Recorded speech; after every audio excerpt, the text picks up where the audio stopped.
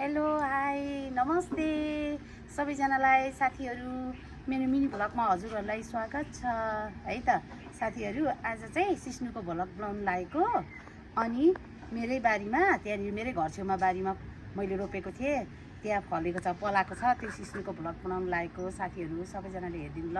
अनि म कसरी बनाउँछु पकाउने तरिका मेरो आफ्नै तरिकाले म बनाउँछु ल साथीहरू। अनि यो टिपेर हजुरहरूलाई पकाएको पनि देखाउँछु अनि खाएको पनि देखाउँछु है त साथीहरू। ल टिप्नु जानु लागेको है त, हेरिदिनु होला सबैजनाले है त।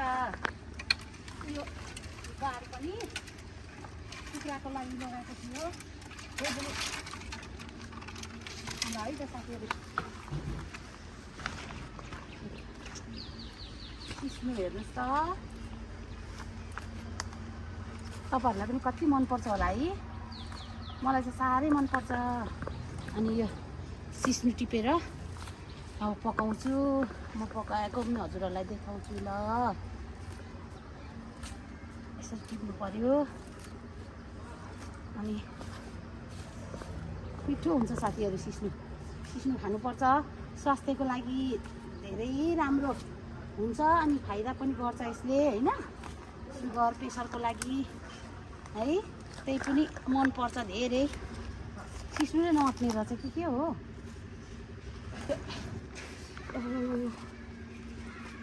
है, साह्रै चिलो अथवा त हेर्नुहोस् त ल बाटाभरि गयो त। ओहो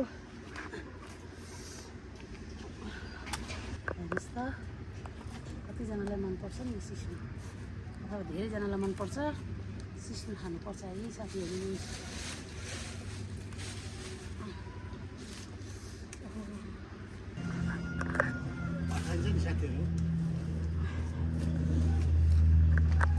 कस्तो पोल्यो अथवा कस्तो पोल्यो है साथीहरू, मुटुमै झोला छोडे नि साथीहरू सिस्नु टिपाइले त।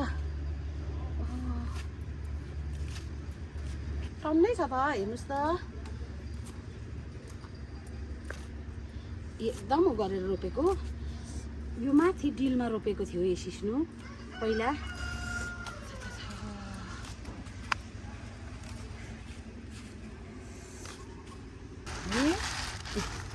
हेर्नुहोस् त यति धेरै भयो, एकदमै मिठो लाग्छ, साह्रै मनपर्छ सिस्नु है।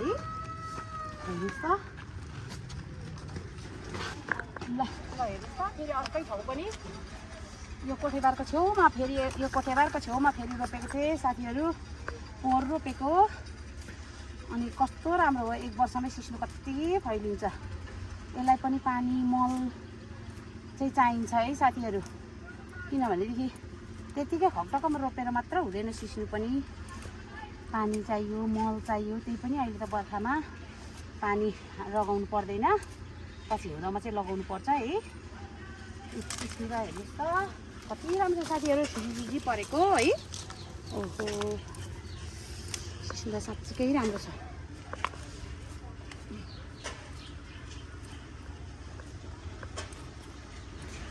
मैले आफैले रोपेको है साथीहरू है, आफै मनपर्ने भएको कारणले गर्दा सबैजनालाई सिस्नु त मनै पर्छ गर्न त। औषधिको रूपमा पनि कतिपयले खानुहुन्छ होइन, तर हामीले चाहिँ पहिल्यै बच्चैदेखि खाएको कारणले गर्दाखेरि साह्रै मनपर्छ सिस्नु साथीहरू। मलाई चाहिँ हजुरहरूलाई पनि मनपर्छ होला होइन,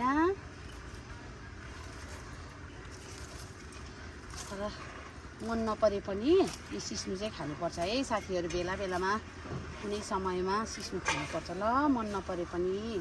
हजुरहरूले पनि खानुहोस् है सिस्नु, आफूले रोपेको छैन भने पनि किनेर भए पनि खानुहोस् है हजुरहरूले है साथीहरू।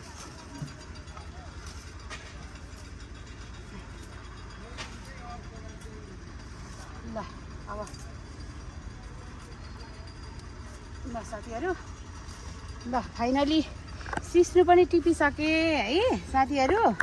अब यो सिस्नुको चाहिँ म कसरी बनाउँछु, मेरो आफ्नो तरिकाले बनाउँछु। आफ्नो तरिका हुन्छन् सिस्नु पकाउने तरिका, म कसरी बनाउँछु हजुरहरूलाई फेरि देखाउँछु ल साथीहरू है त।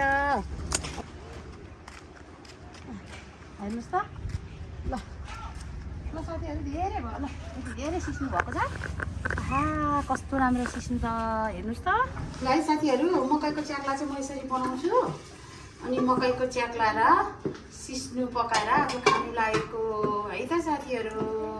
अनि म सिस्नु केलाको पनि देखाउँछु है त। ल साथीहरू सिस्नु फेरि म केलाउँदैछु। यो सिस्नु केलाउने यसरी अलिक सफा गरेर अनि त्यसपछिबाट यो बर्खा पनि छ नि त अहिलेसम्म झरी परिरहेको छ। अनि यसो त्यो माटोहरू हुन्छ केहरू यसो टाँसेको हुन्छ त्यसैले म केलाउँदैछु साथीहरू। अनि अब यसलाई धुनुपर्छ मजाले सफा पानीमा। अनि त्यसपछि फेरि म सिस्नु पकाएको पनि हजुरहरूलाई फेरि भिडियो देखाउने छु ल है त साथीहरू। साथीहरू मकैको भात यसरी पाक्दैछ। म चाहिँ यसरी बनाउँछु है।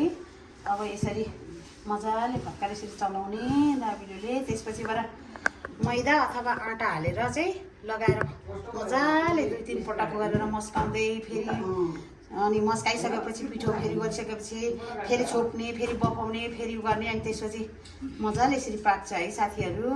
यसरी सफा गरेर पानीमा यसरी धुएपछि अनि त्यो उयोहरू पनि माटो टाँसिएको के टाँसेको किराहरू टाँसेको पनि जान्छ नि त। त्यसरी यसरी म चाहिँ यसरी धुन्छु है साथीहरू। यसरी मजाले धुनुपर्छ है। नभए त यो माटो हिजो मात्र त पानी परेन, लगातार पानी परेछ। 2-3 दिनमा त पानी मजाले परिरहेको छ। अनि माटो टनक्कै टाँसिएको छ नि त यसमा। त्यही भएर गरेर कुद्नै सकिँदैन। ल यसरी पिठो लगाउनुपर्छ मैदाको पिठो। अनि यसरी मस्काउनुपर्छ है साथीहरू। म चाहिँ यसरी पकाउँछु मकैको च्याक्ला चाहिँ यसरी बनाउँछु। आफ्नो तरिका हुन्छ हुन त। म चाहिँ यसरी बनाउँछु। हजुरहरू चाहिँ कसरी बनाउनुहुन्छ साथीहरू? यसरी मैदा लगाएर अनि त्यसपछि मिठो हुन्छ। बनाउनु पनि गाह्रो छ, पकाउनु पनि गाह्रो छ, खानु पनि गाह्रो छ है साथीहरू। सिस्नु पनि म त फेरि यो भइहाल्यो। अनि सिस्नु यसरी बनाउँदैछु ल साथीहरू। यसरी अब उयोहरूले गरेको यसरी दलेर बनाउँछ सबैजनाले। अनि यसरी यो दाल पनि मैले चाहिँ मसिन राखेर बनाएको छु ल साथीहरू। यसरी यो मसिन दाना यसरी लगाउने सिस्नु झन् टेस्टी हुन्छ है त साथीहरू।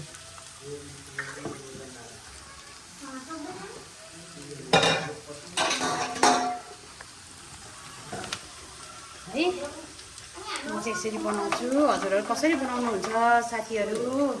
आफ्नो आफ्नो बनाउने तरिका हुन्छ है त। म चाहिँ यसरी बनाउनु अब पहिले सानैदेखि यसरी बनाउनु भयो। आमाले सिकाए यसरी नै मैले बनाउनु लगाएको। मिठो भएछ ल। ल है साथीहरू है सिस्नु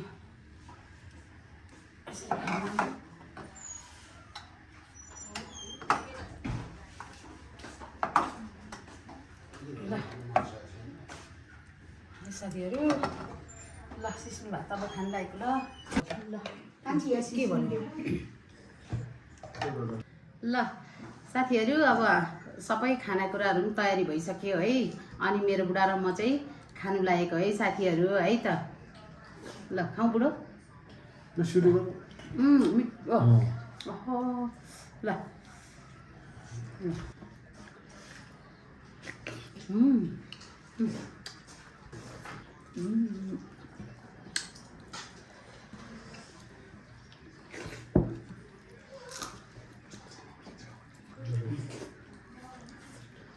हामी त खाँदैन भनेपछि खाँदैन।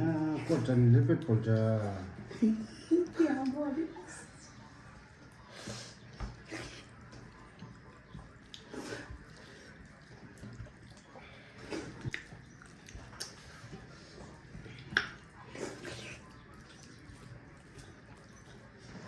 बुढोलाई रुचि भएन जस्तो नि।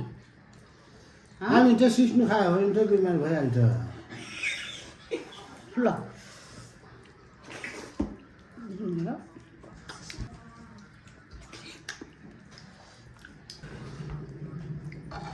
अलिक खानु पर्यो सिस्नु। यसो बिलको मासु अलिक रुचि हो भने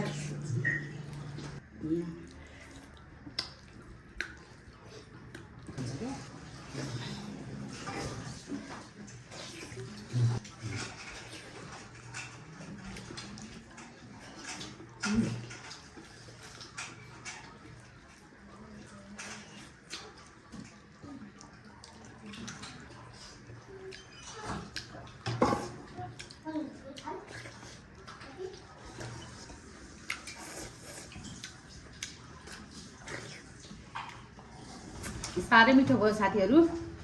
ल मैले चाहिँ खाइसकेँ है। ल मेरो बुढोले चाहिँ खाँदै हुनुहुन्छ। अनि सिस्नु मकैको थेप्ला यसरी मकैको च्याङ्ला हामी थेप्ला भन्छौँ। मकैको च्याङ्ला चाहिँ यसरी बनाएर खाँदा चाहिँ मिठो हुन्छ साथीहरू है त। ल मैले चाहिँ खाइसकेँ साथीहरू। मेरो भिडियोलाई लाइक कमेन्ट सब्सक्राइब सेयर गरिदिनुहोस् है साथीहरू है त। आजको भिडियो यति नै। बाई बाई साथीहरू।